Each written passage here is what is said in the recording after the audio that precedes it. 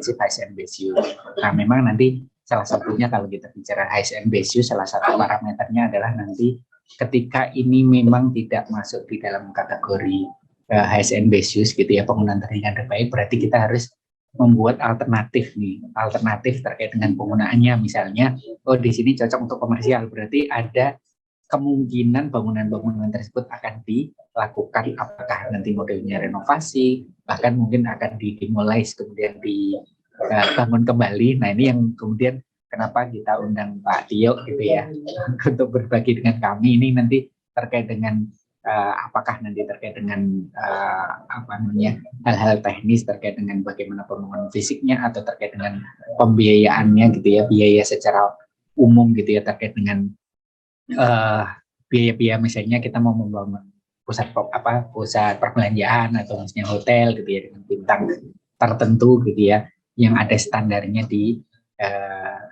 mungkin di pengetahuan Pak Tio dan mungkin di perusahaan Pak Tio gitu ya yang memang bergerak dengan hal itu, atau mungkin hal lain yang nanti bisa kami diberikan masukan terkait dengan hal itu, karena tentunya kami memang nanti sekitar 3 bulan ke depan kita akan melakukan akses untuk aset-aset BUMN kita yang ada di Jakarta, dan hasilnya nanti akan kita sampaikan kepada Pak Dirjen kami yang nanti tentunya akan diteruskan kepada Bu Menteri gitu ya untuk mendapatkan gambaran beliau mengenai penggunaan tertinggi terbaik atas aset-aset BUMN khususnya di wilayah DKI Jakarta.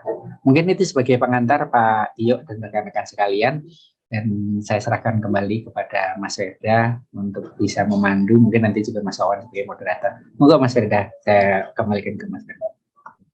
Terima kasih Pak Nafi pengarahannya. Langsung aja mungkin Bapak Ibu sekalian mungkin juga pertimbangkan ini dengan waktu Pak Tio. Kita masuk ke acara berikutnya, ya, acara inti yang akan dipandu oleh Pak Darmawan. Monggo. Terima kasih Mas Firda. Selamat pagi. Assalamualaikum warahmatullahi wabarakatuh. Salam sejahtera buat kita semua. Selamat pagi Pak Tio. Ketemu lagi nih Pak setelah 2 tahun. Pagi. Akhirnya ketemu lagi. Terima kasih nih pagi ini bisa menyempatkan waktunya nih Pak Tio di sela-sela kesibukan Pak Tio dan agak dadak kemarin memang kita menghubungi karena ini semuanya serba semua dadakan Pak juga di sini Semoga berkenan ini sharingnya. Nah, apa namanya? Saya nggak perlu memperkenalkan Pak Tio, saya pikir mungkin teman-teman bisa googling, dan kalau di googling itu nama beliau udah tenar di mana-mana itu, dan keahlian beliau. Jadi beliau salah satu salah satu arsitek yang terkenal dan mumpuni lah ini di Indonesia nih. Dan selain itu beliau juga founder Green Building Council Indonesia dan juga aktif di berbagai gerakan di sustainable building maupun proyek-proyek di Jakarta Pak Tio. Ada beberapa proyek besar di Jakarta itu menjadi fokus beliau. Termasuk infrastruktur TOD, kemudian salah satunya jadi background beliau tuh di JIS ya, itu salah satu masterpiece beliau di Jakarta, sehingga ketika kita bicara aset Jakarta nih Pak Tio terkait dengan repurposing atau utilization atau apa sih yang bisa dilakukan dengan aset-aset pemerintah di Jakarta untuk memaksimalkan value-nya, itu kami berpikir bahwa Pak Tio bisa menjawab dari berbagai perspektif, karena selain arsitek, beliau juga aktif di proyek dan juga menjadi expert di isu di green building. Nah, beliau juga ngajar juga di ITB dan memberi banyak kuliah di berbagai kampus baik di dalam maupun di luar negeri. Itu kira-kira teman-teman. Selengkapnya mungkin teman-teman bisa browsing nih. Saja nama beliau di Google itu akan muncul banyak sekali informasi tentang beliau. Baik Pak Tio dan teman-teman, mungkin saya akan menemani Pak Tio untuk diskusi pagi ini sampai jam mungkin semoga sebelum jam 10 kita udah bisa ini Pak Tio karena kan mau ke airport nih ceritanya. Iya, jadi tadi kira-kira prolognya Pak Tio, jadi kita itu punya aset-aset di Jakarta, khususnya di kawasan segitiga emas kan Pak Tio ya. Kalau Pak Tio tahu kantor pajak ya di JP di Gatot Subroto, kemudian kita lihat Kementerian Kesehatan ya di Kuningan, ada Kemenkumham di Kuningan ya kan. Kemudian ada Kementerian Pendidikan Nasional di Sudirman, kemudian ada Menko Maritim di Tamrin gitu ya, atau Bawaslu di seberang Sarinah itu Pak. Ini kan aset-aset yang aset pemerintah di prime location. Nah, kalau dilihat fungsi hari ini sesuai dengan pasar, sepertinya belum match gitu Pak. Nah, gimana kita pemerintah lagi berpikir gimana menyelaraskan antara fungsi pemerintah tetap jalan, namun asetnya juga bekerja Pak untuk APBN, gitu kira-kira. Nah, ada beberapa isu, ada beberapa angle yang kemarin sempat kita diskusi sedikit ya Pak, refleksi dari 5 pertanyaan yang kami sampaikan, itu kita melihat dari tren desain ini seperti apa sih, kita bisa bicara desain, arsitek, kemudian marketnya itu pengennya seperti apa hari ini, kemudian project hari ini bagaimana cost-nya, struktur cost-nya, kemudian trennya seperti apa ke depan, kemudian kita juga lihat market, little bit market, kemudian isu di green Pak. Jadi green ini, karena kan banyak project Pak Tio nih yang di area sustainable building dan green ya. Jadi mungkin nanti bisa sharing kira-kira kondisi Jakarta ini seperti apa, kemudian ekspektasi ke depan seperti apa dari berbagai aspek. Baik, itu mungkin perlu dari kami Pak Tio dan teman-teman. Selanjutnya monggo saya persilakan Pak Tio untuk langsung menyampaikan materi dan isu-isu yang mungkin disampaikan.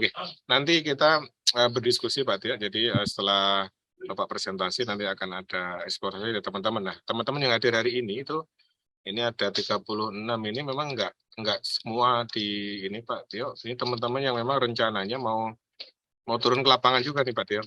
Mau melihat, mau mengeksplor, mau mengeksekusi, khususnya membuat atau menyusun analisis highest and best use nih untuk aset-aset itu. Monggo Pak Tio, waktu saya persilakan Pak Tio untuk share screen langsung untuk presentasi ke teman-teman. Baik, terima kasih Pak Darmawan dan rekan-rekan. Selamat pagi, Assalamualaikum warahmatullahi wabarakatuh. Ya memang karena ini agak dadakan ya, jadi dan terima kasih Pak Darmawan sudah dikasih kira-kira kisi-kisi yang membuat saya mempermudah untuk menyiapkan presentasi untuk sebenarnya ini lebih ke untuk diskusi ya. Dan kebetulan juga kami bersama Jakarta Property Institute sudah melakukan kajian singkat ya, mungkin nggak tepat karena belum melibatkan pemangku kepentingan utamanya yaitu DJKN sebenarnya. Nanti akan saya sampaikan di slide-slide paling akhir.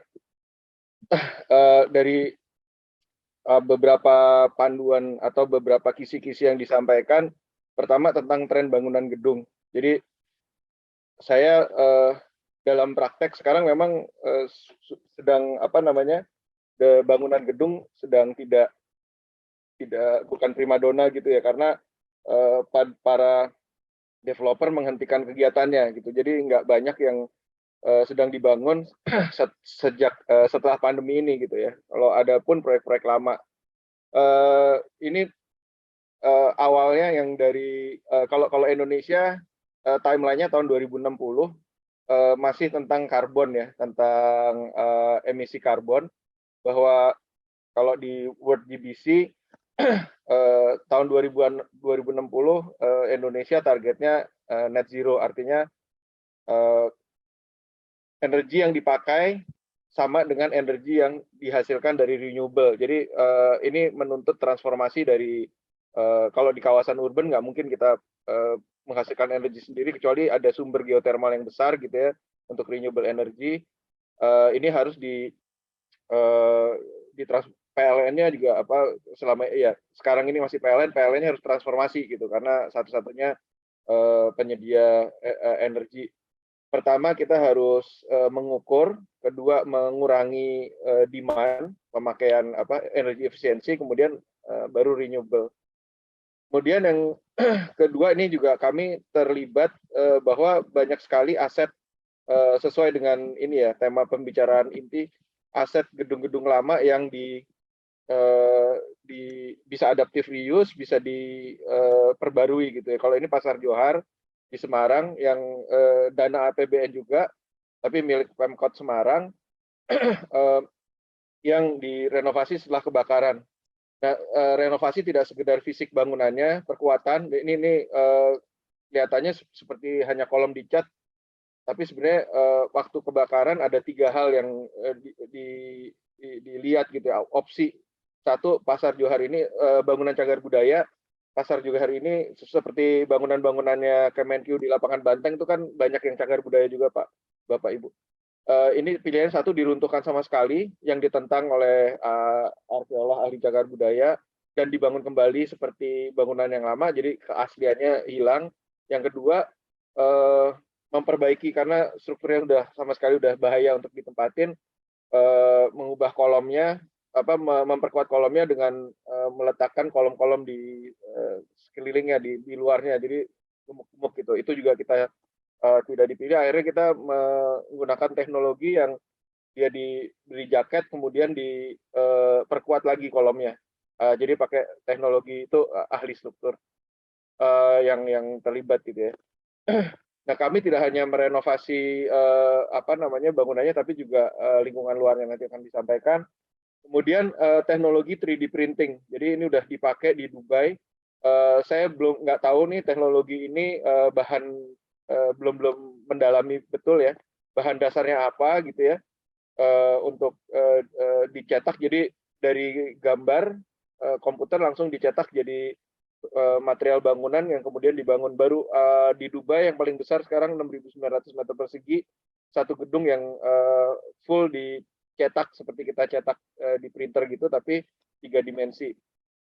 Kemarin juga ada arsitek dari Denmark yang bekerja sama dengan NASA untuk mendesain koloni di bulan gitu ya, bukan di Mars tapi di bulan, dengan menggunakan teknologi yang sama, dan bahan dasarnya adalah material mineral yang ada di sana gitu ya. Jadi ini masih sama sekali baru dan terus terang saya belum pelajari.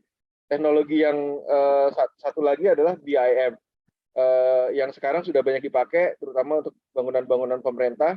Ini tidak hanya untuk merencanakan, tapi juga nanti untuk mengelola ya.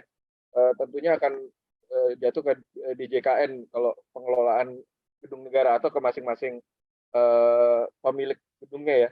Jadi apakah nanti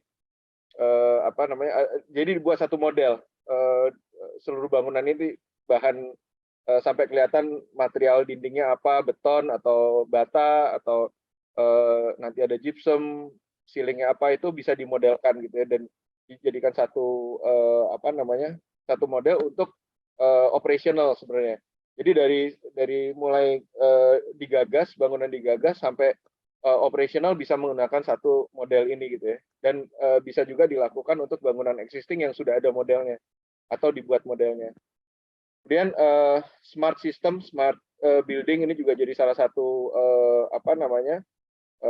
hal yang jadi tren ke depan, touchless, semuanya tidak menggunakan sentuhan, menggunakan IoT, Internet of Things, semua serba terhubung. Tentu ada kelemahannya juga ya tentang keamanan gitu ya. Kemudian modularity gitu. Kalau misalnya kalau kita bicara tentang aset, tentunya aset-aset yang sudah terbangun bagaimana dia mengubah jadi dari kantor. Kalau ini contohnya ini kantor semua, modulnya itu dari modul meja kerja sampai modul parkir ke bawah, itu isunya adalah di circularity, circular economy, bahwa material jangan sampai pada saat, terutama kalau kita bicara existing building, pada saat renovasi jangan sampai ada buangan-buangan atau sampah di lapangan gitu ya, sesedikit mungkin. Jadi menggunakan metode precast dan prefabrication, semua bahan ini untuk terutama untuk bangunan yang yang baru direncanakan bisa secara keseluruhan. Tapi kalau bangunan yang di retrofit, kita bisa lihat bahwa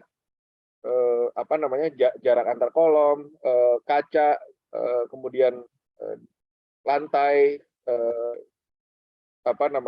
plafon bisa dibuat modular dengan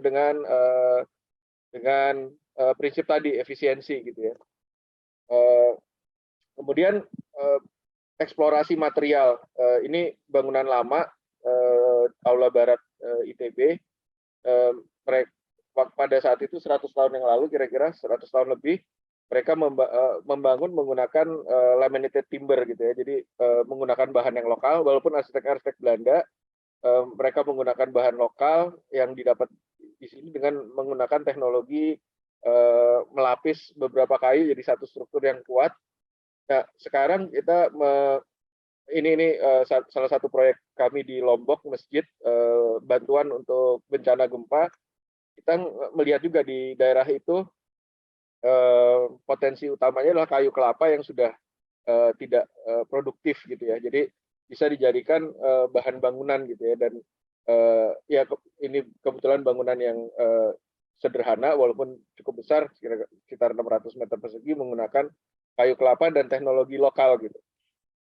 Nah, kalau bagaimana dengan repurposing gedung pemerintah sebagai adaptive reuse? Ini saya ambil dari gedung, sebenarnya ini bukan gedung pemerintah, swasta, tapi ini gedung kantor yang diubah jadi hotel gitu ya, hotel 4 Points di Tamrin. Jadi hal-hal seperti ini sangat dimungkinkan gitu ya. Jadi karena tadi kita belajar kalau gedung tinggi terutama ya, kalau gedung pemerintah, gedung menengah gitu 8 lantai sampai 16 lantai, dan gedung tinggi yang di atas 20 lantai kan banyak itu ya di Jakarta. Macam-macam bisa dijadikan hotel. Kebetulan saat pandemi proyek-proyek kantor berhenti, yang muncul banyak proyek hotel dan retail retail yang terbuka gitu ya. Yang kami kerjakan ada dan di daerahnya daerah cukup prime di Mega Kuningan, di Mega Kuningan, di di SCBD gitu. Nah, ini kembali ke slide ini adalah hotel yang direkondisikan, gedung kantor yang direkondisikan jadi hotel bintang 3 atau 4 nih kalau nggak salah, 4 Points ini. Kemudian aset untuk gedung-gedung sekolah ya biasanya ini milik Pemda, Pemprov, yang kami kerjakan juga. Ini mempertahankan strukturnya dan membuat konsep-konsep baru dengan penghawaan alami gitu. Terus bangunan-bangunan cagar budaya ini di Cepu, dia yang tadinya rumah kuno dijadikan kafe dan restoran. Ini sebenarnya sudah banyak terjadi ya. Kemudian ini Bank Indonesia, gedung yang masih kokoh walaupun tidak di adaptive reuse gitu ya. Nah, kemungkinan ini salah satu aset besar juga yang dibangun oleh arsitek Indonesia sendiri gitu, dan masih kokoh, masih dipakai, dan di belakangnya ada gedung-gedung tinggi, gedung yang dibangun tahun 90-an kalau nggak salah ya, yang masih juga berdiri dengan baik gitu. Dan yang paling yang baru jadi ini sekarang, jadi selain gedungnya sendiri, ini Sarinah, dia fungsinya mungkin tetap kantor dan retail, tapi diadaptasi menjadi ruang publik yang gedung yang mengundang gitu ya. Jadi parkiran di depan dihilangkan, orang di sini memang sengaja diarahkan untuk menggunakan transportasi publik gitu, karena Pemda, pemerintah daerah maupun pemerintah pusat kan ada anggaran APBN-nya juga sudah investasi begitu besar ke sarana transportasi umum gitu ya, MRT dan Transjakarta di Kota Jakarta, sehingga gedung-gedung yang ada bisa diretrofit seperti ini, dan jadi selain dia komersial, dia jadi ruang publik untuk kegiatan budaya, dan menaikkan nilai juga ke gedung yang diretrofit ini gitu. Kemudian tidak hanya gedung, tapi juga ini aset infrastruktur milik Pemprov gitu ya, yang menjadikan keterhubungan antara stasiun MRT dan stasiun kereta komuter Indonesia ke beberapa sarana transportasi lain dengan kereta bandara ini di duku atas terowongan Jalan Kendal, dan nanti akan ada terhubungannya juga dengan LRT. Nah, ini juga banyak terjadi di negara lain ya. Ini contohnya aset jalan raya, atau ya kalau di sini mungkin jalan tol, jalan raya dalam kota berubah jadi taman. Yang sebelah kiri di Düsseldorf, yang di sebelah kanan itu salah proyek terkenal juga di New York, High Line. Jadi ada rel kereta di atas tanah yang sudah nggak dipakai lagi oleh pemerintah New York, oleh dinas pertamanannya mungkin ya, dijadikan taman yang panjang gitu ya, dari Mid Manhattan sampai ke Hudson Yard. Jadi dari Pulau Manhattan ke dari tengah gitu ya, dari tengah Pulau Manhattan ke selatan ke daerah baru gitu, distrik baru juga gitu. Nah, kenapa saya tampilkan slide-slide ini, karena kalau kita bicara gedung di pusat kota, kita bicara juga dengan ruang publiknya.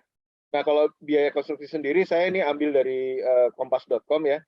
Biaya konstruksi justru malah naik gitu, dari sampai 10 juta per meter persegi, dan trennya itu bahkan naiknya melebihi inflasi. Apalagi sekarang BBM naik, baja susah. Kemarin juga di Jakarta International Stadium untuk IoT-nya, chipsetnya itu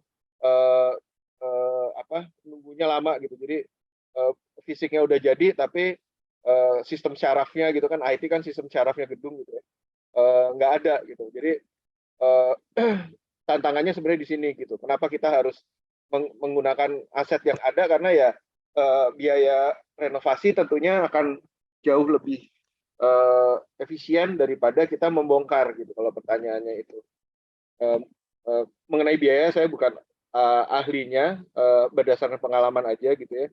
Tapi sekarang memang biaya bangunan itu udah antara 10 juta kalau minimal gitu ya, dan bisa naik tergantung tuntutannya seperti apa. Nah, penerimaan pasar tadi yang pasar Johar, ya kebetulan penerimaan pasar maksudnya market, tapi ini tentang pasar juga gitu ya. Kami meretrofit tidak hanya bangunannya, bangunan lamanya, kemudian yang lain didiamkan, tapi juga mempelajari aset sekeliling gitu. Ini kebetulan proyek yang kami kerjakan bersama Pusat Studi Urban Design, dan ada satu konsultan lagi yang khusus untuk cagar budaya. Yang kami usulkan adalah satu bangunan baru yang tadinya ini pasar, alun-alunnya hilang. Kalau Bapak Ibu ada yang dari Semarang, ini alun-alun di antara masjid dan pasarnya sebenarnya dibangun belakangan, diduduki oleh pedagang-pedagang yang diusulkan untuk pindah ke bangunan baru yang tentunya dirancang dengan konsep green. Kemudian diusulkan satu alun-alun, di bawahnya fasilitas lain, parkiran, dan termasuk kios-kios gitu ya, dan ada pencahayaan alami masuk dan lain-lain. Ini selain gedungnya sendiri, juga plaza pedestrian di antara gedung-gedung ini sampai ke Masjid Agung yang sekarang juga sedang direnovasi, diusulkan gitu ya, dan sudah mulai dipakai. Ini di atas tadi, di alun-alun tadi, ini pasar Joharnya di background, ini ke arah daerah tetangganya gitu ya, dan ya ini sudah mulai dipakai jadi extension juga untuk kawasan masjidnya. Dan kedepannya memang banyak yang menuntut untuk memiliki ruang terbuka, apalagi setelah pandemi gitu ya, gedung yang sehat, satu fasilitas yang memiliki ruang terbuka di luar. Tadi yang contoh paling jelas di Sarinah ya, ada gedung tinggi. Kalau ini bahkan desain sebelum pandemi, bahwa bagaimana kita membuat satu ruang gitu ya. Kalau sekarang banyak gedung yang depannya tuh parkiran yang di depan itu mungkin dipindahkan, atau orang udah mulai berganti naik kendaraan umum gitu. Ini salah satu gedung yang kami buat juga, Grand Rubina. Selain fasadnya yang ini juga bisa dilakukan di gedung-gedung lama, seperti dibungkus ulang. Ini terus terang ini gedung baru ya, tapi bisa dibungkus ulang dengan fasad yang lebih mengurangi panas masuk ke dalam bangunan, dan juga menciptakan ruang-ruang di sekeliling bangunan yang ramah pejalan kaki, sehingga menimbulkan traffic gitu ya, traffic untuk orang bisa memiliki peluang ekonomi. Jadi bisa meletakkan kios-kios, toko, restoran, F&B. Drop off tetap ada di sisi belakang bangunan, kemudian pagar juga dibuat pagar yang berupa landscape gitu ya, berupa tanaman. Kemudian untuk gedung-gedung kantor, gedung-gedung pemerintahan tidak hanya di hunian, mereka juga menyambut baik fasilitas olahraga atau fasilitas kebugaran gitu ya. Ini premium grade A office yang waktu itu baru jadi tahun 4 tahun yang lalu, dan diikuti sebelum pandemi. Jadi ada beberapa gedung yang udah mulai mengikuti, mereka punya pusat kebugaran di dalam gedung gitu ya. Bahkan sampai ada kolam renang ini di SCBD. Dan gedung-gedung yang tadi kalau ada gedung yang berubah fungsi, sekarang orang tuntutannya mereka nggak masalah tinggal di apartemen atau di ruang yang kecil di dalam satu gedung, tapi tuntutannya mereka bisa bekerja selain di apartemen mereka sendiri atau di unit mereka sendiri, mereka bisa kerja di ruang-ruang lain di bangunan itu gitu, termasuk outdoor area gitu ya. Dan ada tren juga untuk menghubungkan antara gedung-gedung tinggi dengan gedung lain maupun dengan transportasi publik gitu. Nah, kalau untuk retrofitting tentu masih relevan gitu, green building masih akan relevan, tidak hanya tren. Bagaimana kita meyakinkan gitu, kalau Bapak Ibu ada yang langganan nafas.id itu apps gitu ya, menunjukkan tingkat polusi udara baru ada di Jakarta gitu, Jakarta dan sekitarnya, yang karena ada kira-kira 10 pembangkit PLTU, Jakarta tuh udara luarnya jarang sekali hijau gitu ya, jarang sekali bersih. Kebanyakan orange atau merah sama sekali, jadi bahaya untuk kegiatan di luar gitu.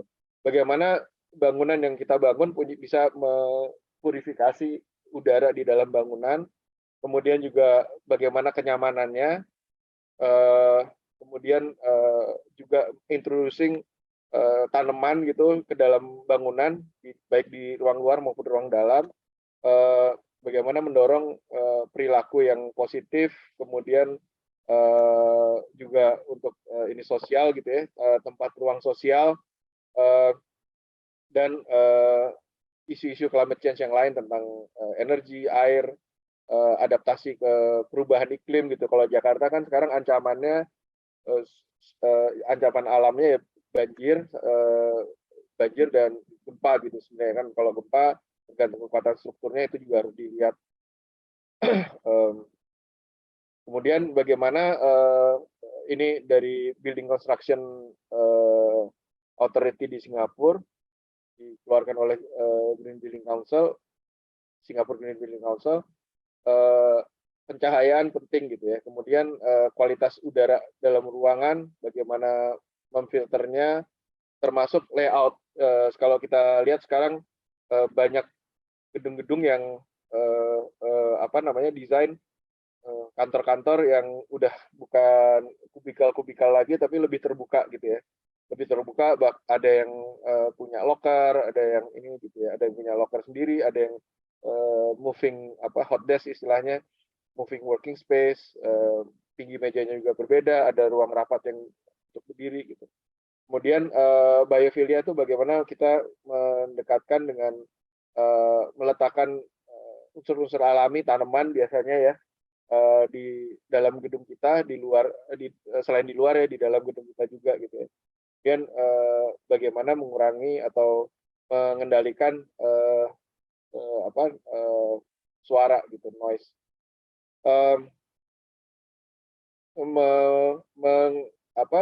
Untuk untuk sumber energi, ini salah satunya solar PV gitu ya. Kita bisa masukkan dalam retrofitting juga. Ini contohnya pergola gitu, pergola daripada kita pakai kayu atau apa, kita pakai solar PV gitu, tempat parkir mobil. Untuk sumber energi baru ini juga bisa dilakukan di aset-aset gedung-gedung yang ada. Masalahnya kalau gedung tinggi pasti kalau ini kan nggak ada pembayangan dari ini ya. Kalau misalnya kita letakkan di gedung tinggi, di bawahnya pasti ada pembayangan yang membuat solar PV itu tidak efektif. Ini salah satu contohnya Hanwha Building di Seoul direnovasi, yang ini gedung tuanya, kemudian ini pada saat renovasi dia pakai teknologi yang dia punya area kerja yang oranye ini, per lantai dia naik gitu ya, per berapa lantai ini, per 5 lantai dia naik, mengubah fasad bangunan gitu ya. Banyak sebenarnya yang di retrofit gitu, tapi utamanya adalah fasad yang juga mengakomodasi ada solar panel di situ. Nah, kami sendiri sempat sama Jakarta Property Institute sempat mengkaji gitu kota Jakarta, bagaimana tahun 2045 gitu ya, jadi 100 tahun Indonesia merdeka. Di Jakarta sendiri tahun 2027 akan berusia 500 tahun sebenarnya, jadi tinggal 5 tahun lagi. Tapi visi 100 tahun kemerdekaan Indonesia, bagaimana kita bisa jadi pusat peradaban. IKN adalah pusat pemerintahan, jadi peradaban baru, tapi Jakarta yang sudah hampir 500 tahun ini ya jadi masih bisa berkembang gitu ya.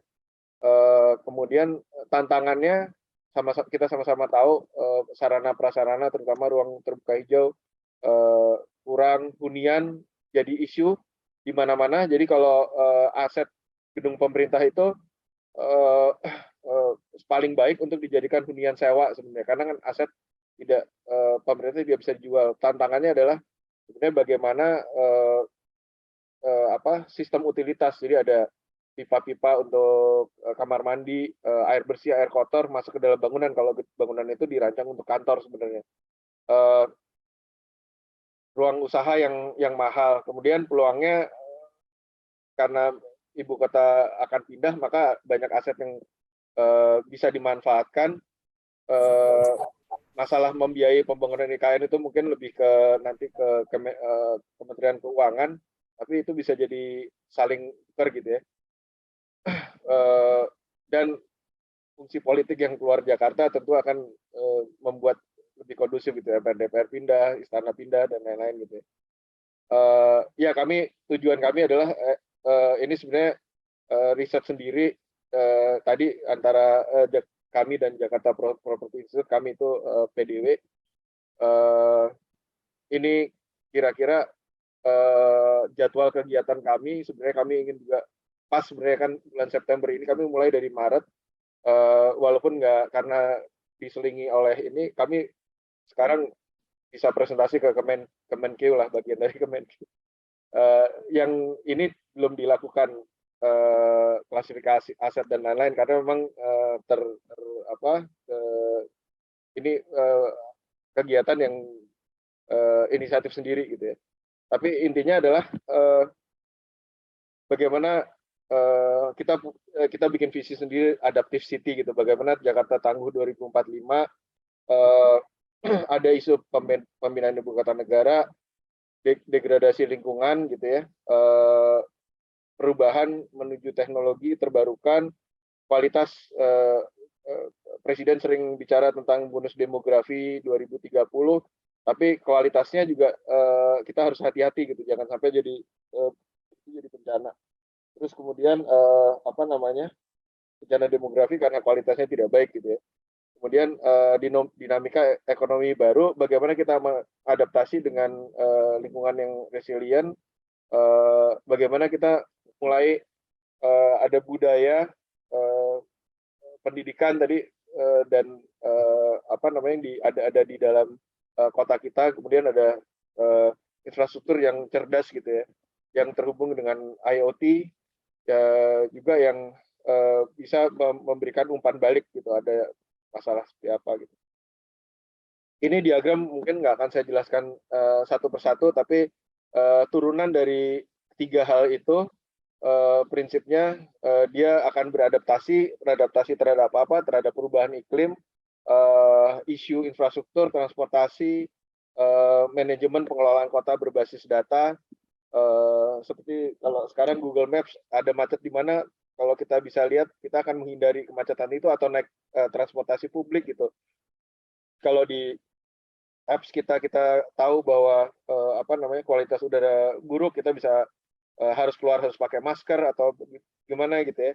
Kemudian resilient environment, penggunaan energi dan terbarukan, energi efisiensi untuk masalah lingkungan, masalah air, transformasi ekonomi, yang juga ada pusat komunikasi, kemudian ya fasilitas pendidikan, penelitian, penyediaan hunian gitu. Karena data dari BPS tahun 2015, backlog perumahan kita ada sekitar di atas 11 juta dan tiap tahun akan bertambah 700.000 sampai 800.000. Ini masalah kepemilikan rumah ya, jadi backlog kepemilikan rumah.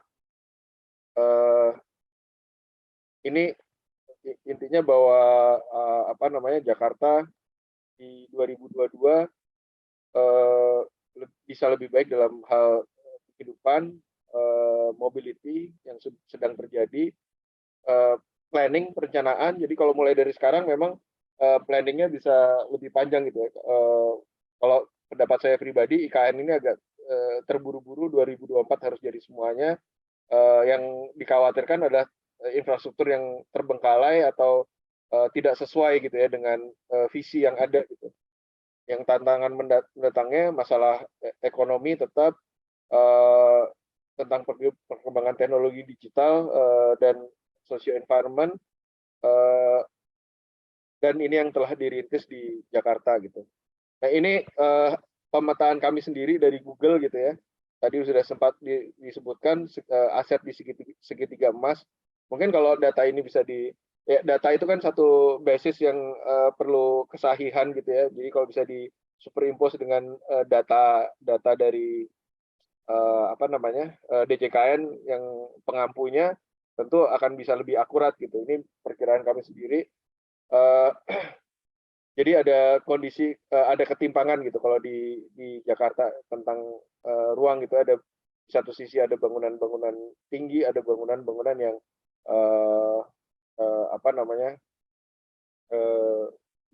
kurang underutilized lah. Enggak.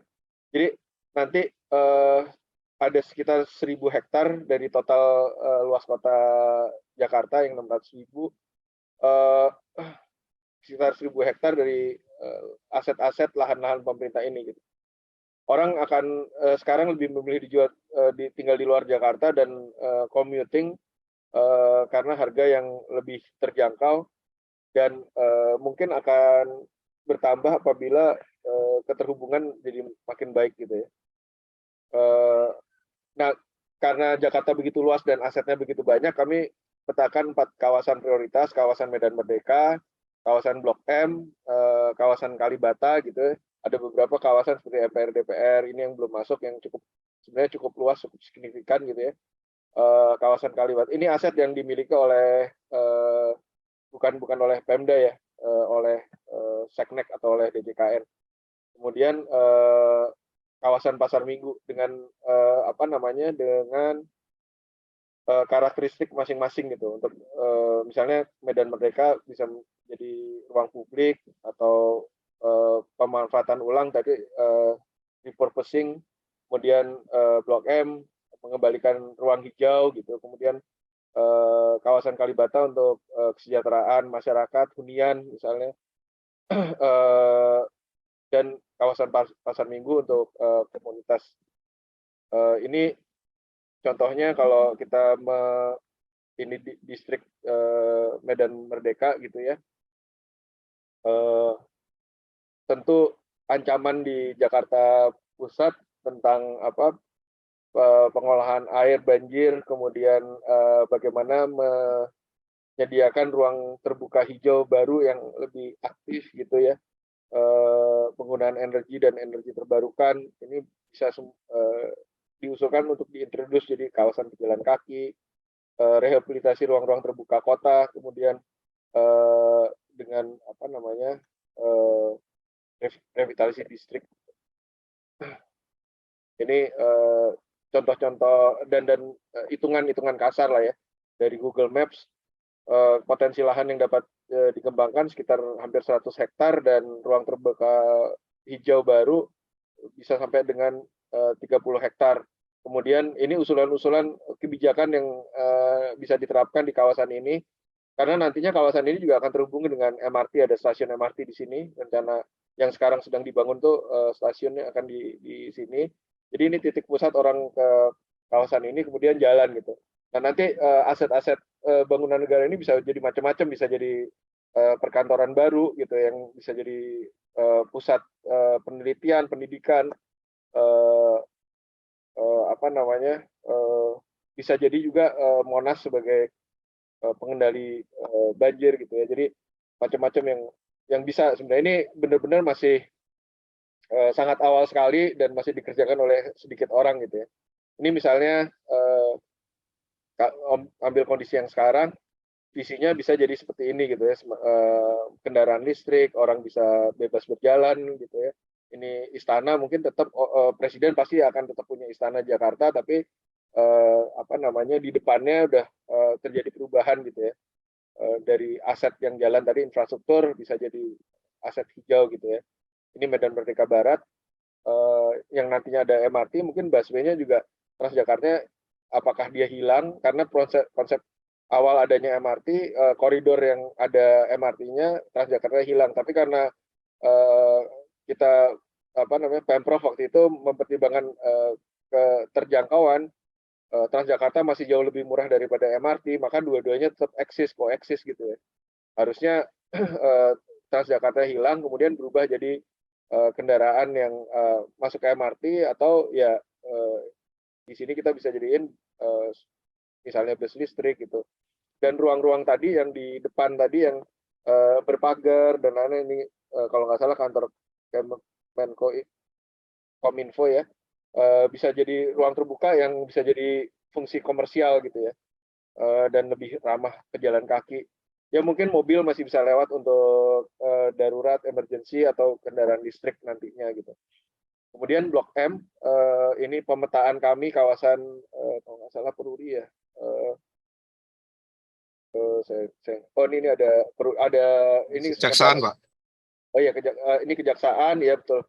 Ini PUPR yang salah satu paling besar. Kemudian Mabes Polri. Ya Mabes Polri dan lain-lain. Ini juga jadi aset yang bisa dimanfaatkan gitu. Saya nggak tahu lagi, mungkin ada beberapa lahan lain lagi. Kemudian ini Kalibata, sama prinsipnya tadi ada lahan perumahan MPR DPR kalau nggak salah ya. Taman Makam Pahlawan, ini Taman Makam Pahlawan. Ini ya bisa menjadikan ruang-ruang hunian karena juga terhubung dengan ini ya kereta api di sini. Kemudian untuk pasar minggu salah satu yang besar adalah Departemen Pertanian ya, sama tadi prinsipnya bisa jadi ruang apa namanya ruang baru lah, ruang baru untuk Jakarta gitu. Maaf nih masih belum sempat saya terjemahkan karena nggak tahu kenapa waktu itu bikinnya bahasa Inggris, tim kami ya. Jadi bisa lebih baik dalam perumahan, alokasi lahan untuk ruang publik gitu ya, akses yang berimbang, bagaimana mengedepankan transportasi publik dan kendaraan tidak bermotor, bagaimana juga melibatkan masyarakat gitu. Nanti itu juga ada strateginya khusus. Sudah dimulai ya public transport, ada beberapa ruang publik yang baru gitu, seperti kalau sekarang kita lihat di Duku Atas itu aset-asetnya Pemda banyak yang dimanfaatkan. Jadi ada bagusnya juga inventarisasi aset Pemda dan aset DJKN gitu, aset negara yang bisa saling terhubung gitu ya. Dan isu perumahan di tengah kota gitu ya.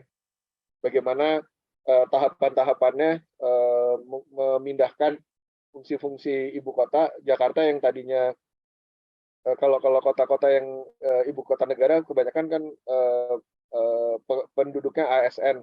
Sementara Jakarta ini udah ASN mungkin udah bukan dominan lagi, tapi sudah banyak kepentingan finansial, perdagangan dan lain-lain gitu ya. Apakah dengan pindahnya ASN akan menjadikan Jakarta jadi kosong atau justru timbul peluang baru gitu ya. Climate change selalu jadi jadi tantangan. Populasi kita yang terus tumbuh 2% tiap tahun tentu akan memerlukan ruang gitu ya, dan sebenarnya yang belum saya masukkan di sini juga karena waktunya terbatas, tuntutan generasi ke depan seperti apa sih terhadap ruang. Tadi itu salah satu yang sudah disampaikan bahwa mereka tuh lebih menuntut ruang yang fleksibel gitu dan banyak memakai ruang publik juga. Contohnya baru-baru ini yang Citayam Fashion Week itu ya, mereka walaupun itu untuk kegiatan budaya gitu, tapi sehari-harinya juga tercermin dalam mereka bekerja gitu. Mereka nggak terikat di meja, tapi bisa bekerja di mana aja gitu. Kemudian teknologi tentunya berkembang dengan cepat, bagaimana menggunakannya, terus juga kegiatan-kegiatan ekonomi. Ya ini usulan dari matriks inventarisasinya gitu ya. Apakah pemerintah pusat akan tetap pakai atau dan sebagai apakah berubah fungsi, tetap jadi kantor apa jadi kanwil, apakah diserahkan ke Pemprov atau diserahkan ke mana atau tetap jadi asetnya tetap jadi kegiatan pemerintah. Ada yang terbatas kalau cagar budaya gitu misalnya, bangunan-bangunan lama tapi tetap fungsinya bisa di ini, dan apakah ada optimalisasi aset atau tidak gitu ya.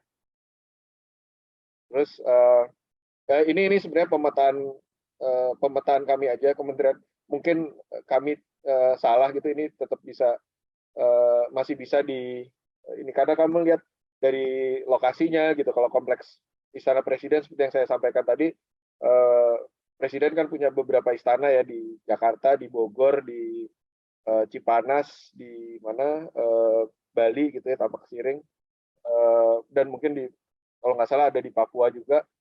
Nanti yang baru kan ada di IKN gitu, tapi Jakarta pasti akan tetap punya gitu ya, kecuali kalau kebijakannya lain lagi.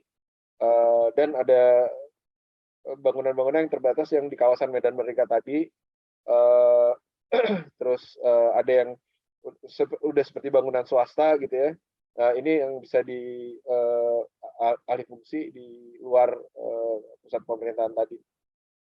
Sekian kira-kira mungkin kalau ada waktu lebih banyak, persiapan presentasinya bisa lebih komprehensif ya, tapi karena ini waktunya kemarin hanya 3 hari, jadi saya ngambil, dan untungnya kami sempat bahas juga di kantor dengan Jakarta Property Institute untuk aset-aset negara yang akan ditinggalkan. Baik, saya serahkan ke Pak Darmawan. Terima kasih Pak Tio. Iya, meskipun 3 hari ini udah menginspirasi sekali Pak. Memberikan, karena memang expertnya ini yang presentasi dan yang kasih materi ya. Jadi memberikan bayangan buat kami, meskipun kami juga punya bayangan sendiri ya Pak, tapi ini memperkaya apa-apa yang teman-teman profesional, expert pikirkan terkait dengan Jakarta. Maybe after next 5 or 10 years ya, bagaimana sih Jakarta ini wajahnya mau seperti apa, kira-kira seperti itu. Dan tadi Pak Tio sudah memberikan fakta-fakta juga dari proyek-proyek yang dilakukan. Entah itu kita bicara ternyata possible loh, gedung perkantoran itu dibuat hotel, dan evidennya ada kan gitu ya. Nah, kemudian juga kita bicara juga kombinasi antara ruang publik dan gedung itu sendiri. Nah, hari ini menjadi satu kesatuan yang mungkin tidak bisa dipisahkan ya kalau kita bicara ekspektasi pasar ya Pak. Tadi juga ada Pasar Johar nih, kalau ini ada Mas Rofik ya. Mas Rofik ini orang Semarang nih Pak, ini sebelah Pasar Johar, kayaknya punya kios juga sana di beliau. Ini menjadi nanti bisa menyaksikan dan bisa menikmati nih proyeknya Pak Tio di Semarang ya. Jadi kombinasi ruang terbuka dengan gedung atau construction itu sendiri memang menjadi apa ya, kombinasi yang bagus lah ya, dan masyarakat hari ini menginginkannya. Dan juga tentang Jakarta ke depan mau seperti apa kira-kira kan gitu nggih. Tadi Pak Tio exercise dengan timnya udah exercise justru bahkan mensimulasi gitu ya beberapa aset-aset yang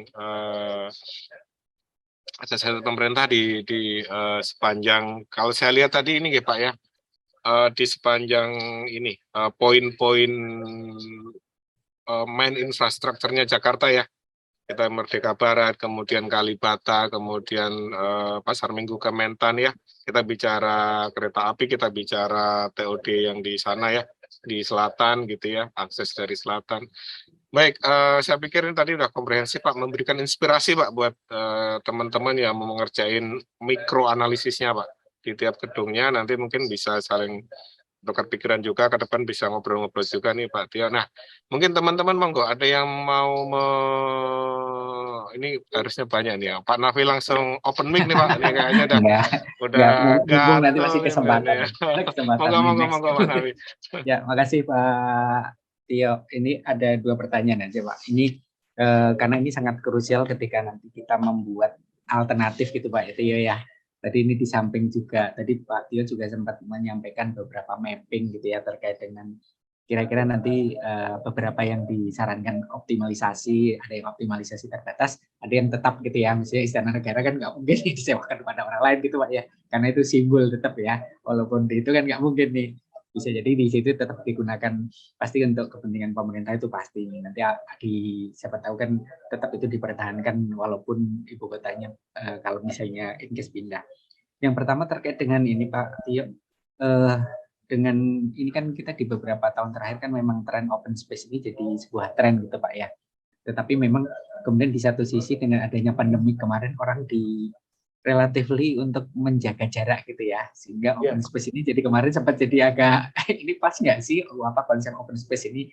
Nah walaupun tadi Pak Tio sempat ada clue gitu ya, diberikan apa namanya proses untuk sirkulasi yang lebih baik. Nah untuk ke depan in case misalnya akan dibangun dengan misalnya tetap diinim dengan perkantoran, sementara existing pemerintah ini kan masih banyak sekat-sekat nih Pak. Apakah menurut Pak Tio nih, kalau misalnya kita optimalisasi, apakah open space ini masih tetap jadi pilihan gitu Pak bagi para penyewa gitu, para tenant, bahwa open space ini masih diminati, itu yang pertama. Kemudian yang kedua terkait dengan konsep bangunan green building Pak. Apakah memang di dalam konsep misalnya kita melakukan renovasi yang konvensional dengan renovasi yang konsepnya green building ini, kira-kira ada gambaran nggak Pak Tio? Kira-kira berapa persen sih lebih mahal dibandingkan dengan misalnya kita melakukan renovasi gedung yang tadi kan ada nih Pak, merubah dari yang sifatnya kantor kemudian jadi hotel gitu ya, atau kantor tetapi dengan konsep misalnya buat menjadi green building dan open space. Nah ini apakah dapat gambaran gitu Pak Tio, berapa persen yang lebih mahal gitu ya dibandingkan dengan konsep untuk renovasi yang sifatnya konvensional. Dan yang terakhir tiga berarti nih. Yang tiga nih dapat gambar Pak. Kalau misalnya ini kan kalau perubahannya tadi saya menarik yang ini mungkin Bapak dapat info nih yang dari gedung kantor menjadi hotel gitu ya.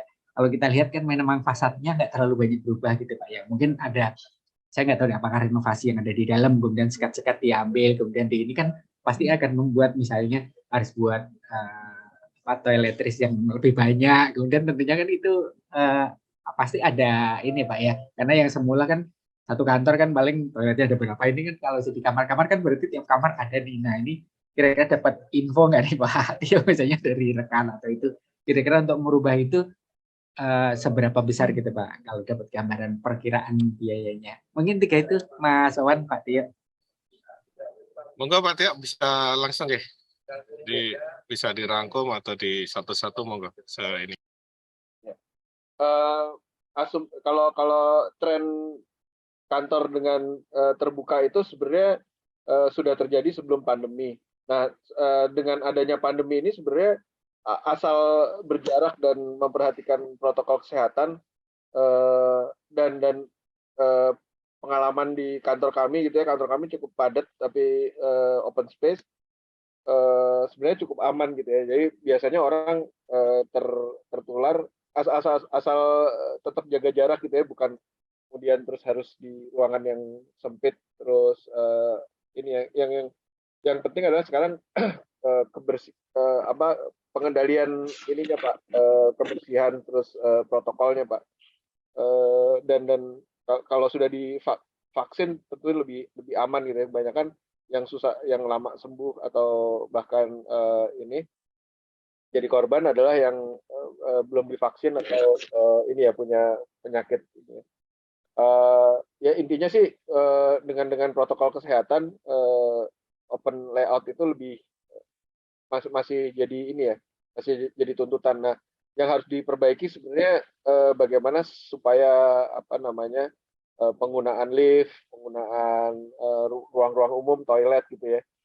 Yang sekarang kan kalau di gedung-gedung kantor pemerintah yang saya masukin dari PUPR sampai ini ya, saya beberapa kali PUPR ya masih konvensional gitu ya. Karena kalau di gedung-gedung kantor modern sudah tanpa sentuh gitu. Itu salah satunya gitu. Terus ketersediaan apa namanya disinfektan itu juga penting gitu ya kalau kita bicara tentang pandemi sekarang, dan harusnya sih udah mulai berkurang ya dampak casualty-nya. Nah, seberapa mahal biaya renovasi kalau direncanakan dari awal, tambahan biayanya tentu lebih rendah gitu ya. Dan apalagi sekarang isu kesehatan dalam bangunan gedung, kalau kita bicara retrofitting kan tentunya renovasinya kebanyakan di dalam gedung. Nah, kalau udah mulai bicara tentang fasad itu tentu biayanya sangat besar gitu ya. Yang seperti tadi Hanwha Building yang fasadnya diubah gitu, dia bisa di luarnya ada solar panel, tentu itu nggak persentasenya mungkin lebih mahal daripada tapi kalau memang sama-sama antara tukar fasad, kenapa nggak sekalian aja fasadnya dibuat ini gitu maksud saya. Jadi kalau memang udah ada biaya apa namanya biaya renovasi sekaligus kriteria green building itu dimasukkan. Nah, berapa lebih mahal berapa? Kalau dari pengalaman dari apa namanya data yang kami pelajari, biayanya itu kira-kira lebih mahal sekitar 7% gitu ya. 7-15% sebenarnya. Kalau kita ngomong biaya secara umum gitu ya. Misalnya kalau apa namanya kaca, memang kaca yang double glaze atau yang low E gitu, kalau kita bicara renovasi ya memang masih lebih mahal 10%. Tapi ada juga yang renovasi dengan biaya yang nol gitu. Ada beberapa bangunan green building yang dibangun dengan investasi nol itu juga ada. Gitu. Ya, tergantung lagi-lagi tergantung pilihan. Tapi kalau menjawab pertanyaan itu apa namanya range-nya antara 7-15% tambahan untuk biaya untuk green building platinum. Kemudian yang hotel tadi kami apa namanya saya terus terang belum pernah masuk ke dalam, tapi saya pernah lihat foto-foto interiornya. Memang di luar tetap sama, tapi di dalamnya totally refurbished. Tadi yang saya sampaikan karena modular gitu, kantor kan pasti ada core, ada kolom gitu.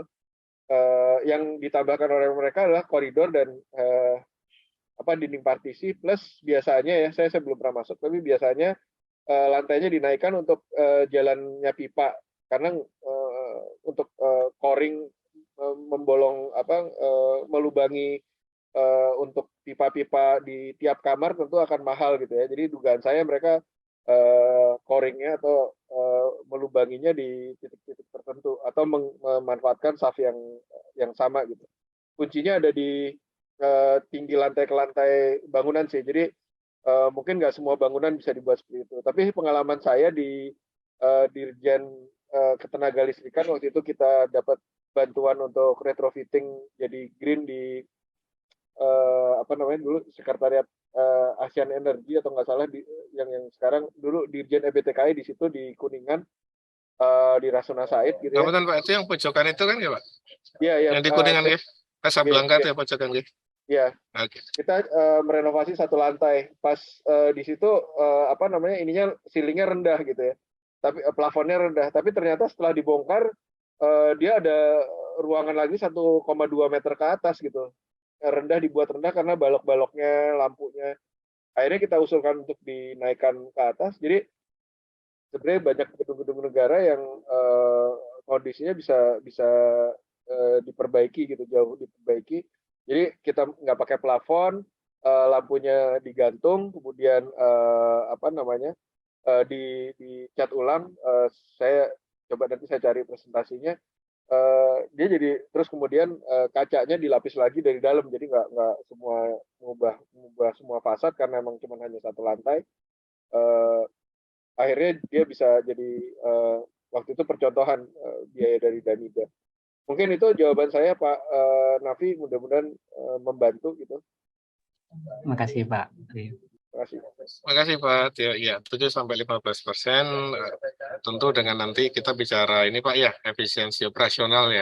Ke depan ya, kita bicara energi, efisiensi, dan beberapa efisiensi yang lain, termasuk juga long term benefitnya kalau kita bicara green ya. Teman-teman ada yang lain? Monggo, ayo. Ini banyak nih nanti nah. Kalau yang di Dirjen Kelistrikan Pak, mungkin ini teman-teman minggu 2 minggu lagi ya Pak ya, next 2 weeks mungkin ya. Kita bisa lihat ke sana, Pak Nafi ini masuk ke list kita, Pak, karena itu bagian dari yang Golden Triangle, Pak, gedung-gedung di Golden Triangle, Pak. Jadi Dirjen listrik ya. Nah, itu yang pojokan itu tuh menjadi aset yang kemarin kita coba. Oh, ini dia ada aset-aset. Kita lihat data kita soto, Pak. Oh, ini ada barang kita. Banyak juga ternyata. Ayo monggo teman-teman, Mas Ferda, Mas Rafiq dan yang lain ada. Izin Pak. Wah, ini Pak orang Semarang ini Pak. Tapi kok di kantor? Di mana beliau ya? Belum kelihatan. Saya di sebelah kirinya loh ya. Oh iya. Ini orang Semarang nih Pak ini. Monggo Pak Rafiq. Terima kasih, salam kenal Pak Tio. Saya sudah menikmati alun-alunnya Pasar Johar nih sekarang nih. Kita kan ya kembali ke masa lalu gitu ya. Di depan masjid itu pasti ada alun-alun gitu ya. Iya, parkir di bawah dan nyaman tuh.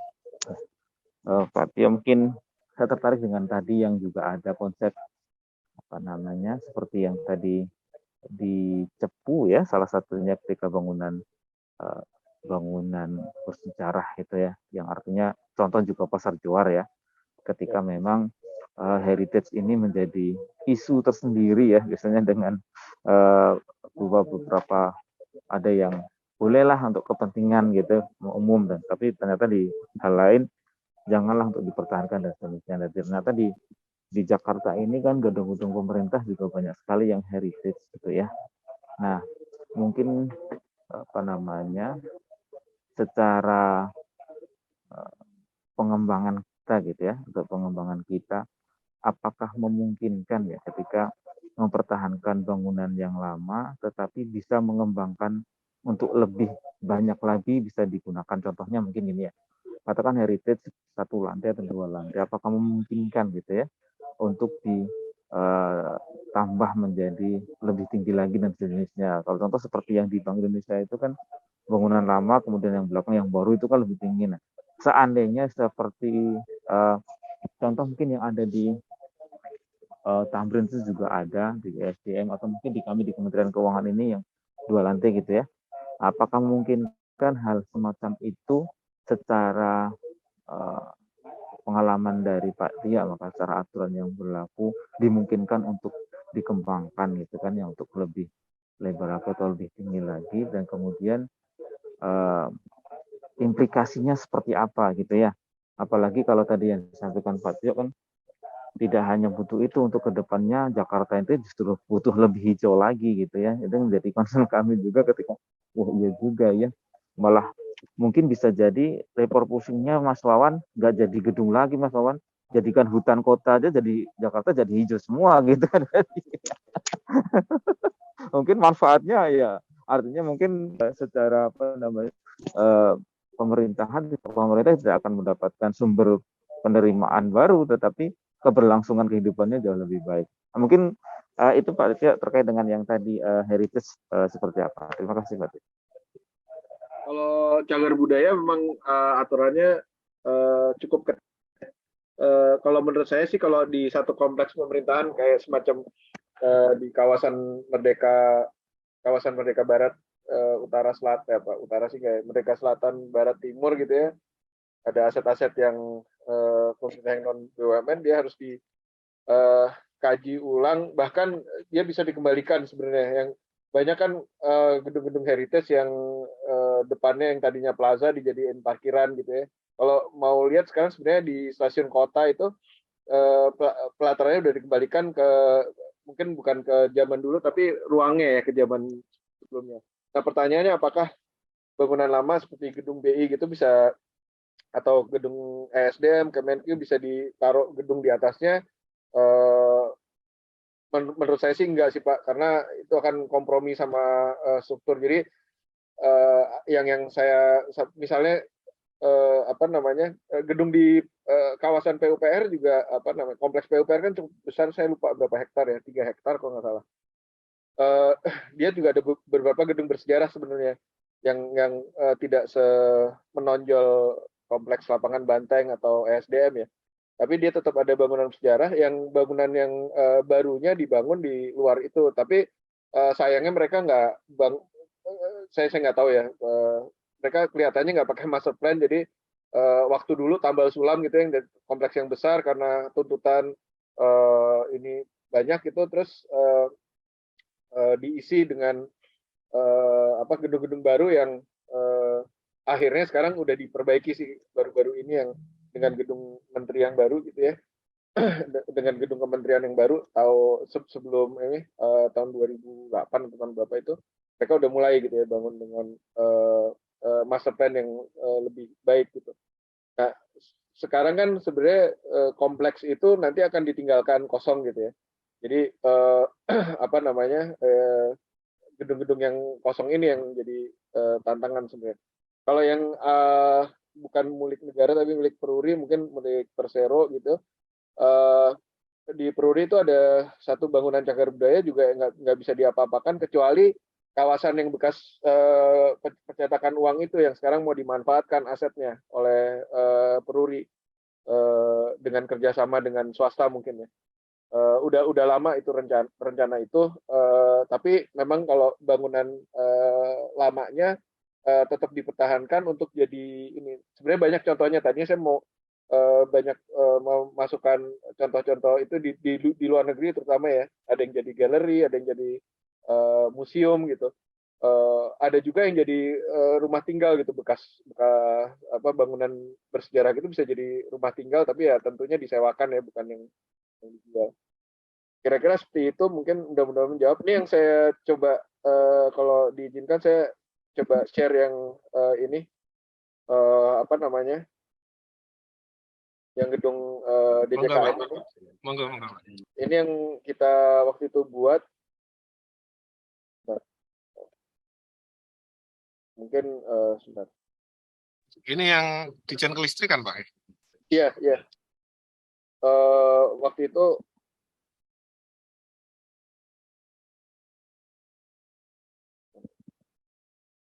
jadi waktu itu bantuan dari pemerintah Denmark, memang kita hanya merenovasi satu lantai. Ini kondisi awalnya, kalau kita lihat kan kira-kira hanya 2,5 meter lah, 2,4 meter. Ruangannya tersekat-sekat. Ini tahun 2009 kalau nggak salah proyeknya. Bahkan nggak satu lantai, ini seperempat, ya hampir satu lantai sih, karena hanya sampai sini sih. Ini hanya ruangan ini yang nggak direnovasi. Nah ternyata di atas plafon itu masih ada ruang hampir 1 meter gitu ya, yang menyebabkan kalau dia diangkat, bangunannya jadi lebih ruangannya jadi lebih lega, lebih luas gitu. Ini layout barunya.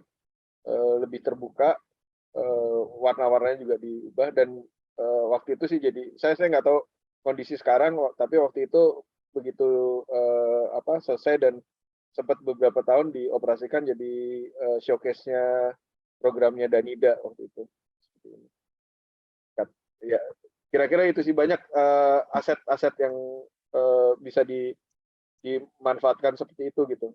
Dan yang salah satu yang paling penting adalah juga yang saya nggak sempat singgung di presentasi adalah faktor keamanan dan keselamatan yang harus ditinjau ulang gitu kalau kita retrofitting bangunan sesuai dengan aturan-aturan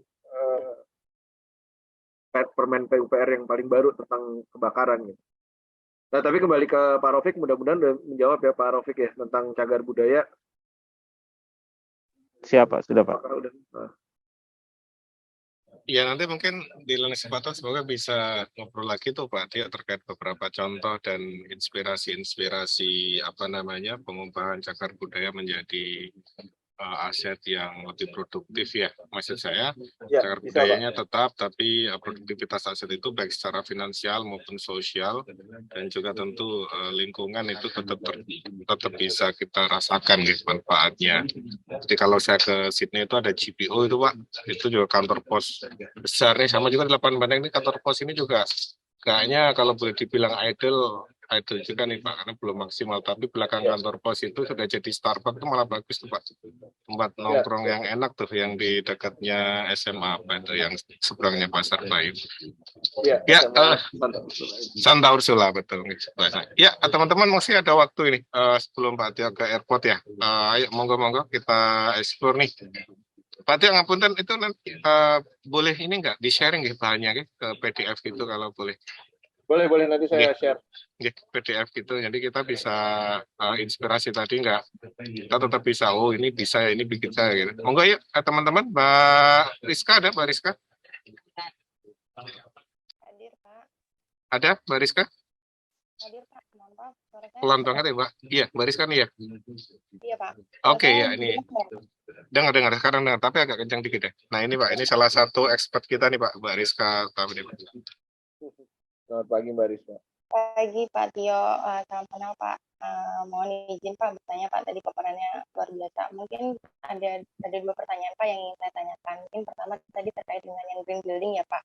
Kalau tidak salah kan green building itu memang dia juga sudah diatur dalam Permen di DKI ya Pak. Nah sebetulnya Pak, tapi memang kalau auditnya saya sendiri kurang update juga Pak, apakah memang ketika sudah dituangkan dalam permen ini di kita ini menjadi salah satu ketentuan Pak, apakah atau memang ini masih menjadi dalam tanda kutip trennya Pak, artinya tergantung nanti owner dari proyeknya apakah dia ke arah green building atau memang sudah diarahkan ke green building. Kemudian mungkin terkait yang tadi persentase Pak, kalau saya tidak salah memahami kan dalam sisi green building itu ada banyak aspek yang kita bisa sebut sebagai green building ya Pak, dari kelistrikannya dan lain sebagainya. Nah, apakah komponen yang tadi kenaikan 7-15% ini biasanya untuk seluruh aspek yang penilaiannya green building Pak, atau hanya komponen tertentu misalnya dari sisi kelistrikan atau tadi ke ketinggian ceilingnya atau seperti apa Pak? Kemudian yang kedua Pak, kalau terkait dengan retrofit, mungkin biasanya terkait juga dengan umur bangunan ya Pak. Kebetulan kan kalau kita lihat umur bangunan negara ini memang pembangunannya sudah cukup lama ya Pak ya. Nah, apakah kalau dari menurut Pak Tio sendiri selama ini proyek yang sudah dilakukan gitu ya, ketika melakukan renovasi ataupun meretrofit ini menjadi hal yang perlu dikonsenkan gitu Pak, artinya kita perlu melakukan penguatan dalam strukturnya atau biasanya hanya dari sisi fasad dan lain sebagainya. Mungkin itu Bapak kasih Pak. Terima kasih Bu Rizka. Pertama-tama ya, sebenarnya retrofitting itu tidak bisa dipisahkan dari green building dalam arti sekarang justru green building di seluruh dunia menyarankan menggunakan gedung yang ada. Kenapa? Karena kalau isunya kita lihat lebih luas ya, komprehensif gitu ya. Mungkin Pak Darmawan, Pak Wawan bisa juga bantu jawab. Kalau kita lihat isunya lebih komprehensif, sebenarnya yang menghabiskan sumber daya paling besar itu ya dari produksi semen, baja, gitu ya, bangunan material-material baru gitu ya. Nah sekarang kalau misalnya ada gedung yang existing, ada pertanyaannya juga kemarin dari kisi-kisi, apakah sebaiknya diruntuhkan bangun baru atau menggunakan struktur yang ada gitu. Ya ini yang perlu dikaji sebenarnya dari tim. Saya bukan ahli penilai gitu, bukan valuasi gitu ya, tapi perlu dikaji antara lain adalah bagaimana sebenarnya menggunakan sebisa mungkin, sebanyak mungkin struktur yang ada gitu, yang ada untuk fungsi yang tetap atau di retrofit atau diperbarui gitu ya, dimutakhirkan gitu. Misalnya kantor tetap jadi kantor, tapi apa namanya, sudah lebih layak lah, seperti yang tadi yang di proyek Danida tadi. Kemudian apa namanya, nah jadi kalau misalnya retrofittingnya itu udah satu langkah sebenarnya, menggunakan bangunan yang tidak dihancurkan untuk jadi fungsi yang tetap atau berubah fungsi. Itu udah satu konsep sustainability sebenarnya. Nah sekarang retrofittingnya sendiri bagaimana dia bisa apa namanya, apakah harus green apa enggak. Nah ini juga kembali ke perencanaan gitu, dengan apa namanya, dengan prinsip-prinsip tadi, pencahayaan, penghawaan, kesehatan dalam ruangan gitu. Itu udah memasukkan sebenarnya unsur-unsur green building. Permen apa, Kementerian PUPR mengeluarkan permen nomor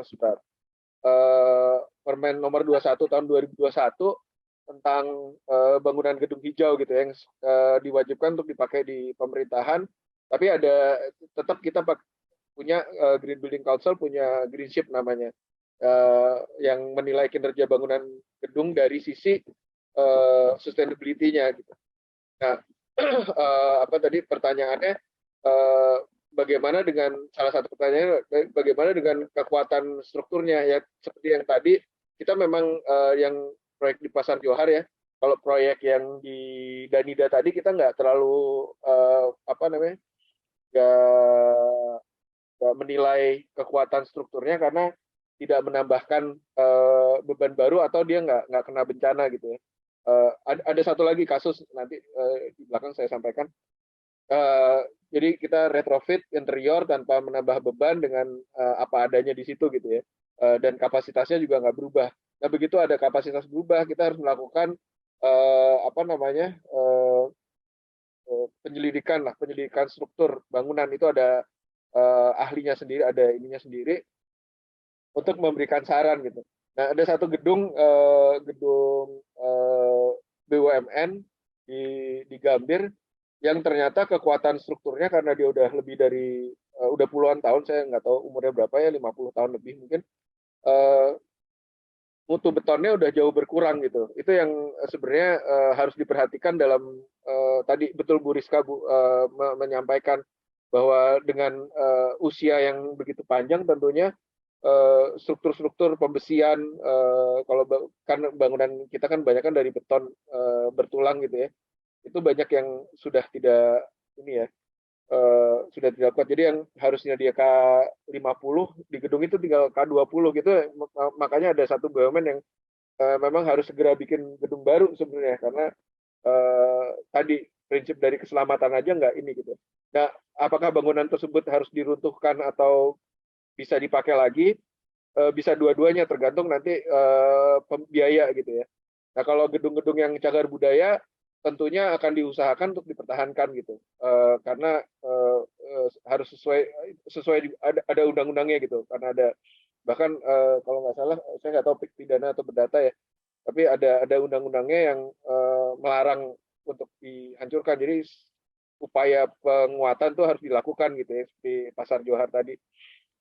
Kalau bangunan-bangunan yang seperti di Lapangan Banteng, SDM itu integrasi yang saya bicara tentang gedung BUMN yang udah terkompromi kekuatannya itu gedung tinggi. Nah, tapi kalau gedung-gedung kolonial yang hanya sampai dengan 4 lantai, biasanya masalahnya di struktur atap.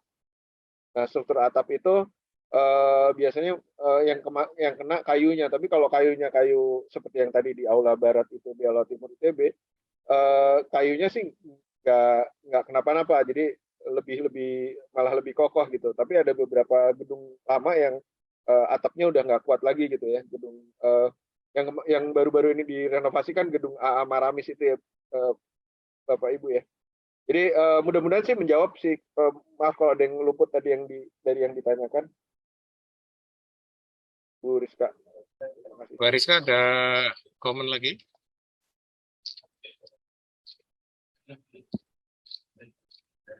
Cukup mungkin Pak Tia. Ya,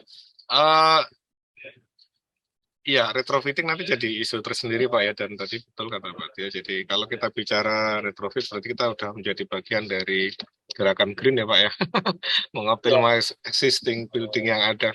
Teman-teman ini ada siapa lagi nih? Ada Pak Warlan, ada monggo tim yang mungkin minggu depan akan ke lapangan bisa mengeksplor. Ada Mas Rey, monggo Mas Rey, silakan.